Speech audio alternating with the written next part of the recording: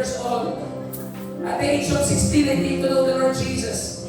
At naging seryoso ko sa paglilingkod ko sa Panginoon right after the camp I attended. That was 2006. April, if I'm not mistaken. Grabe po that time. Nakatayo ako. Hindi ko kilala yung preacher. Pero gusto ko paglingkuran ng Diyos. Sumuko ako sa oras na yun at sinabi ko, Lord, lahat ng sinabi ng pastor ito hindi ko kilala, pero bakit lahat para sa akin? Lord, kung inaayos mo po ikaw, I'm more than willing. Lumuhod ako, umiyak ako, isinuko ko buhay ko sa Diyos. At that very moment, I felt the presence of God.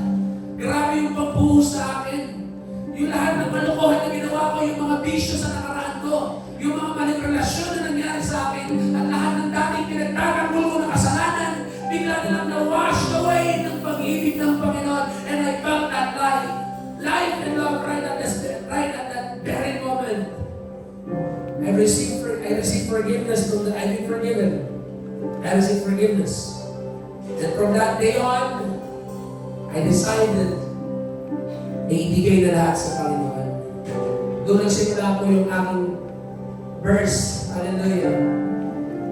Hallelujah. Nasabi ko rin mga kapatid, if you remain in me and my words remain in you, ask whatever you need and be given to you. Right at that very moment, after the camp, I decided to go to Bible college. I never had any secular background. At the age of 16, nag-Bible school po ako. Ibinigay ko buhay ko sa Lord. And at the age of 21, I became a pastor. 21. Hanggang sa ginamit ako ng Lord. At the age of 26 or 27, I became a superintendent leading pastors. And at my age 3 years ago, I became the supervisor of our district. Sabi ko, Lord, I do not even deserve anything na meron po. Even leading these people. Pero hindi ako papayag na yung mga inilalagay ko sa responsibilidad ko, lalo ngayon ako po ang in-invite na speaker, na hindi ko masabi o pinapasabi ng Diyos sa'yo. Marami po rito ramdam nila na broken sila, wasak sila. They are connected socially. Hallelujah. They are connected virtually. Pero disconnected ang relasyon nila sa Lord. Tonight, if you want to surrender everything to Jesus and be healed from your past and receive the miracles from the Lord, come to the presence of God. Hallelujah. If you sing that song, kung ano yung aawitin ng praise Him. We're going to sing that song. Hallelujah. Prepare your hearts, people of God. O Rabasakaya Rabashaya Rasika. Handa mo puso mo, kanina nagsasalita ako, pero umikilos ngayon ng parang na spirit mo. And I even know you, but God knew you. He knows everything about you. Alam niya lahat sa'yo. Shabasakaya Rahanda. Thank you, Jesus. Hallelujah. Just something just we give the life for one reason, para hindi ka ma-conscious sa ginagawa mo. You're now standing in the presence of God without hesitation na lumalapit ka. Kampi ko, ginastusan ito. Hindi papayag si Holy Spirit na walang mangyari sa lugar na ito. Siya mapapasak kayo, mapapahan na resi kayo na. Lahat ng gusto magsuko ng buhay kay Jesus, this is the perfect timing for you to realize na may mali sa buhay natin at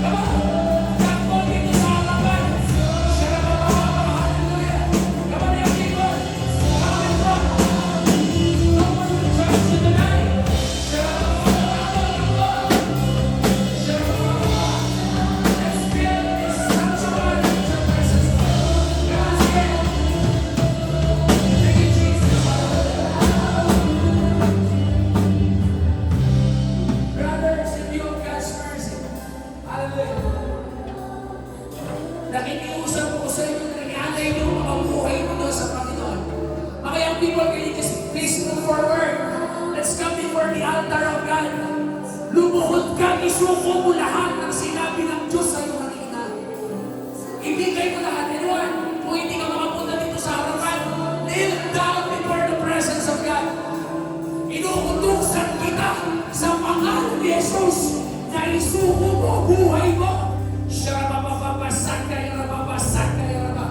Anyone, lumuhod ka sa oras na ito. Hindi ka papayag na nakawin ng kaaway. Sirain ang uling buhay mo. Matagal na sinira ng kaaway mo. Ang buhay mo from this day on forward. Ipapagamit mo na yan kay Jesus. Siya na mapapapapapasag kayo na masag kayo na naman.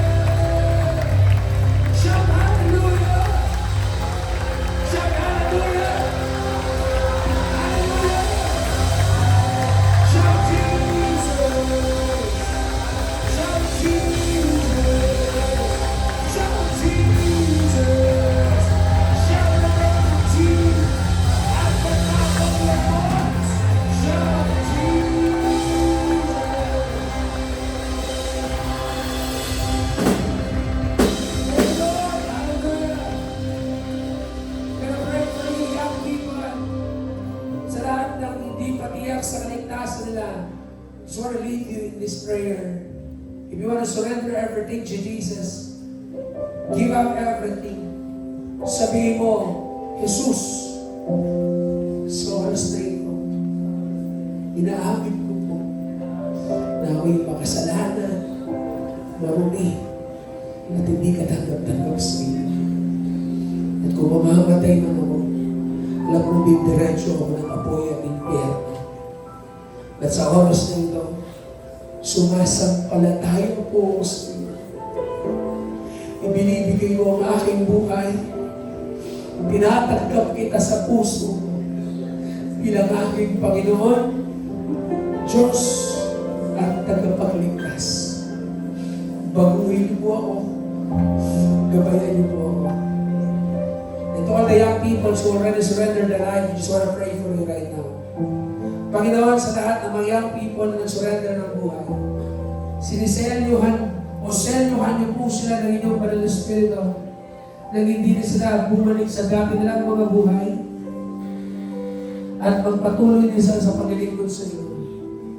Yung mga maling relasyon ay aming binibitawan, yung mga impluensyang hindi tama, yung ugali na hindi tama yung amin ng binibitawan, at isinusuko na namin lahat sa iyo. At tatayo ako, lalabas ako sa simbahan ito o sa sanctuary ito, na ang buhay ko ay laandang para sa iyo. Baguhin mo ako, magtatapat ako sa iyo, maglilingkod ako, magdidisipulo ako, at magpapagamit ako sa iyo. Thank you, Jesus. Thank you, Lord. Sabihin natin na malakas, I am called, I am chosen, I am set apart, I will live differently, I will follow Jesus, I will win the lost, I will make disciples, and I will exemplify Christ